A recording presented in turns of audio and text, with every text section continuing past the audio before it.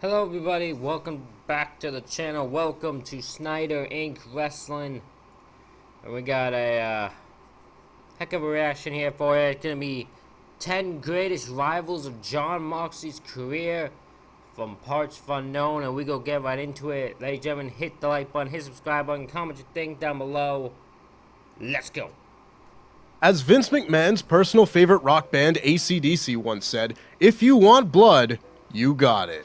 5 years ago, if you had asked me to come up with a list of Dean Ambrose's greatest rivals, I would have begrudgingly gone digging for the easiest place to watch CZW, but now it is a completely different story. With the launch of AEW and Jon Moxley's career doing a complete 180 splash, all of a sudden Mox has a plethora of excellent rivals whose blood has filled his ledger. Oh no, it's completely filled. There's so much blood. It's like the elevator doors have opened in The Shining, and usually the blood gets off on the second floor. With Forbidden Door just around the corner and Jon Moxley pretty consistently being one of AEW's greatest superstars over its first 4 years, what better time to add Mox to our growing series of greatest rivals list? Watch them. These lists are always opinion based. If you disagree, send your complaints to me on Twitter at HollyLikesGames. I'm Tempest hailing from partsFUNknown, and these are the 10 greatest rivals of Jon Moxley's career. But before we get on with our list, make sure of course that you like this video and subscribe to partsFUNknown if you haven't already. We're trying to get to 250,000 subscribers,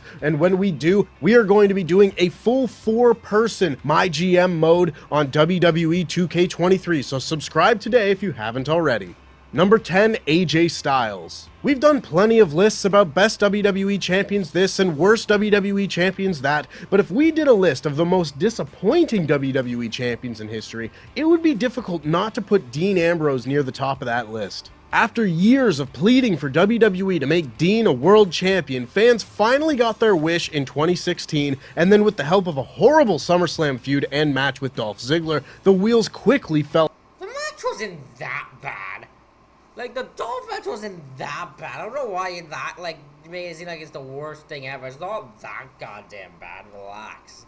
Off. Enter AJ Styles. Styles was on top of the world in 2016 and won the WWE title off Dean at Backlash in an underrated match, but it was what happened for the rest of the year that puts this rivalry on this list. Sure, the James Ellsworth stuff can't be ignored and was incredibly goofy for a world title program, but this was the stuff that made the first few months of the brand split actually bearable. Styles and Ambrose being forced to be on the same team at Survivor Series, a good three-way with John Cena at No Mercy, and finally an excellent TLC match to close things out in December. And I know people have gotten tired of hearing about Shawn Michaels' poop brown pants, but have you gotten tired about AJ's little butthole in this match? Look at the little hole in his tights. There's his bum. Marvelous stuff. Number 9, the Wyatt family. The Shield versus the Wyatt family. That's good. Dean Ambrose versus Bray Wyatt. That's bad. Jon Moxley versus Brody Lee. That's good. But it happened during the pandemic. That's bad. Yes, the Wyatts and the Shield have been linked since their paths crossed in 2014, with Jon Moxley getting the best and worst of it. The Shield versus the Wyatts at Elimination Chamber 2014 is one of my all-time favorite matches, perfectly showcasing just how unique each member of the Shield was and how methodical the Wyatts were, even though I wish current-day Moxley could have been in it to bleed all over the cultists. Dean's singles rivalry with Bray Wyatt was a load of pants, doing more to make Dean look like a bumbling fool with an exploding TV monitor than maybe any other feud during his time in WWE, but thankfully, this was not a WWE exclusive rivalry. With the great Brody Lee trading in one spooky cult for another in AEW, leading to a fantastic match with Jon Moxley at Double or Nothing 2020. If only it had had the crowd that it deserved. Number 8, Juice Robinson. When the age of Ambrose came to an end, people weren't quite sure what we would get next. Then Moxley showed up in AEW and people were excited, but some may not realize that Moxley's first match post-WWE came against Juice Robinson in New Japan Pro Wrestling. Not quite the Juice that Mox is known for nowadays. Mox had been the fabled Death Rider who had tormented Juice with video packages throughout the Best of the Super Juniors tournament, before revealing himself as Juice's challenger for the IWGP United States Championship at the tournament final. Immediately, we got to see just how different Jon Moxley was going to be from Dean Ambrose, biting and clawing Juice in an excellent violent brawl, ending with Mox winning the US title in his first match in the promotion. But this match kickstarted a rivalry that lasted until Wrestle Kingdom 14, as Juice's bounce-back win ended Moxley's hopes of winning the G1 Climax, and Moxley squeezed the pulp out of Juice in the Tokyo Dome to take their rubber match. A great little piece of business, and a rivalry that played a huge role in Jon Moxley's rehabilitation after leaving WWE. Number 7, Chris Jericho. Another example of a rivalry that has spanned Jon Moxley's career regardless of promotion has been that of his often silly, often brilliant feud with Chris Jericho. After his very much not on this list rivalry with Brock Lesnar, Dean Ambrose needed something else to do, that being have a very good match with Chris Jericho at Payback and a very stupid one at Extreme Rules. You know, the one with the nunchucks and the potted plant and the thumbtacks that couldn't even be taken seriously because Jericho kept saying he'd taken 69 tacks out of his skin. Even if that was the real number, stick one more in just so we don't have to hear the people snickering because haha, sex number. Anyway, fast forward a few years, and the first ever event in AEW history ends with the newly redubbed Jon Moxley DDTing Chris Jericho, planting the seeds for the Revolution main event 9 months later. That chapter of their rivalry is actually very fun, with Jericho trying to induct Mox into the inner circle, which Moxley surprisingly agreed to before unsurprisingly revealed it was a ruse, Mox getting spiked in the eye and being forced to wear an eye patch, and beating Jericho's hired mercenary Jeff Cobb. All of these attempted diversions amounted to nothing as Mox won the AEW World title from Jericho to end their feud and beat Jericho again in their best match together on Dynamite in 2022 to put 69 stamps on it. Number 6, Hangman Page. A hangman and a madman, a hero and an anti-hero, a good father and a slightly surlier good father. Hangman Adam Page versus Jon Moxley was one of the many big matches AEW had been saving for a rainy day, and it really was quite a downpour because we ended up getting the match 4 times. Thankfully, each one was better than the last, culminating in the best death match in AEW history at Revolution 2023. This was a really important match and feud for Moxley in hindsight. Mox had always given precisely zero f about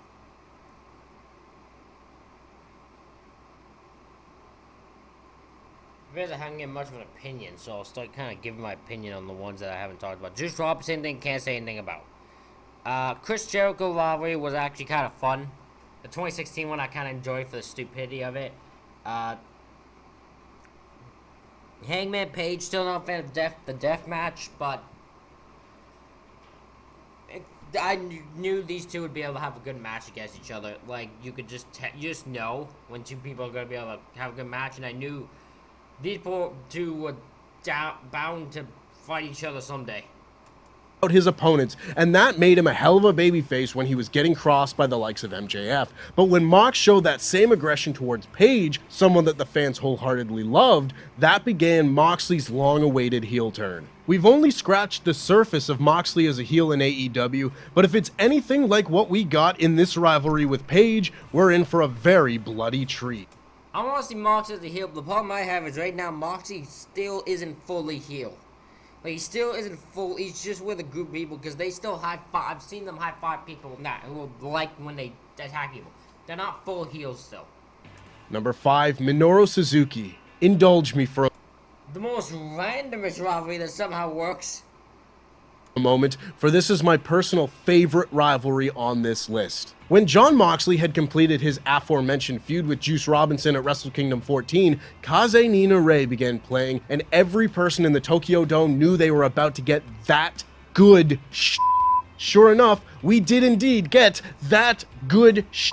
Suzuki hit the Gotch-style piledriver on Moxley and set up a month run of violent fun. In between flying home for AEW shows, Moxley popped up at New Japan's New Beginning in Sapporo, wrestling 2 tag matches against Suzuki, one of which with Kazuchika Okada as his partner. Just a look at that dream team, and in both it was on site. These matches would quickly devolve into Moxley and Suzuki having a wild brawl while their partners did the wrestling, and it was so much fun. This built to the New Beginning in Osaka, where Mox and Suzuki had their title match, and it was one of the best and most entertaining matches Mox has ever had. Everything you would hope to see out of a clash between Moxley and Suzuki was in this match. Their short-lived AEW feud in 2021 was also incredibly fun, but nothing there ever topped the magic they had in 2020.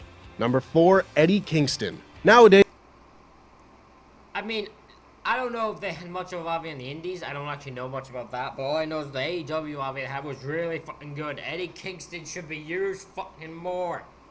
When people think about Jon Moxley and Eddie Kingston, they will probably think of them as friends and recurring tag partners, but this totally wholesome twosome of young buck shoe thieves had very violent beginnings. Pulling from a hugely personal background, Eddie Kingston and Jon Moxley took what was meant to be a simple one-and-done TV title defense for Moxley's AEW World Championship and turned it into the best rivalry of 2020. The promos in this feud, my god, the promos. Whether it was Mox telling Eddie that he sat at their kitchen table and told Eddie's mom that he would take care of her son, to Eddie saying that he had to become a snake because when he wasn't playing the game he got nothing, these lads cut the best promos of the year. By the way, the latter of those two got my best friend into AEW, so don't let anyone ever tell you that Eddie Kingston isn't a draw. Eddie and Mox's I Quit match at Full Gear 2020 was very violent, with Eddie eventually having to quit when Mox wrapped barbed wire around his arm and put Eddie in the Bulldog choke. But it was this great rivalry that made it all the more satisfying when Eddie came to Mox's rescue just a few months later.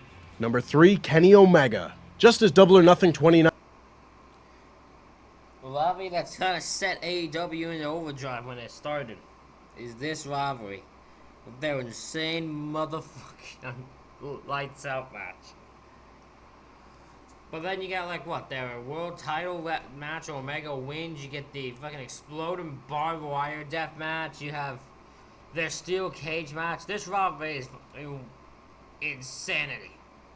19 ended with Jon Moxley laying the groundwork for his rivalry with Chris Jericho. So too did it end with Jon Moxley coming face to face with Kenny Omega. There are only a few names who could realistically claim to be the ace of AEW, but both Kenny and Mox would have a fair argument to throw their hat in that ring. As of this recording, these two have had 4 one-on-one encounters spread over the first 4 years of AEW's existence, with 3 of them being wildly bombastic. It's up to you whether or not those matches have been too bombastic for your liking, whether it be their lights out match at Full Gear 2019, their quote exploding end quote barbed wire death match, or their steel cage match, which I would consider the best of the bunch. This doesn't.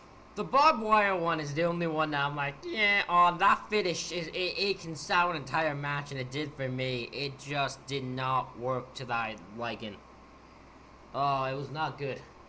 It's not good. Didn't even take into account the overall rivalry between Moxley and the Elite that has spawned out of this beef with Omega, but since day one of AEW, there have been few rivalries to mean as much to the careers of the company's top stars or the company itself as this one. Number 2, William Regal. Not as many people will have seen the work put on between a young Dean Ambrose and William Regal in Florida Championship Wrestling. Nope, never seen this match, although is it on YouTube? I actually would like to. And that is a bloody shame. Bloody because, haha, English in it, but also because look at Regal's bloody ear. There is a reason why Jon Moxley uses the Regal knee. There is a reason why he took Regal's betrayal at Full Gear 2022 so hard. That reason is this rivalry. FCW being WWE's developmental system before the days of NXT meant this is where members of WWE's roster honed their craft and wrestled some of the trainers available, and thankfully one of those men was William Regal. Regal wasn't a regular competitor when he first wrestled Dean Ambrose in 2011, so when Regal beat the very young, angry, violent Ambrose, he let the young lion stew over it for a long time. Look up some of the promos Dean cut on Regal during the 9 months between their 2 matches. They're fantastic, and it's ludicrous that we never got to see that version of Dean Ambrose on the WWE main roster. When they did wrestle again, Moxley beat Regal so bad his ear was nearly ripped off, leading to the match being stopped. It is one of the most important rivalries in Moxley's career, strictly due to the impact it had on his development, but it was also just great. Go watch it. No, go watch it all right now. I'll wait. And number 1, Seth Rollins. I mean, we could say whatever about AEW, it had to be him. Number 1 had to be Seth Rollins. It was no other option. It had to be Seth Rollins.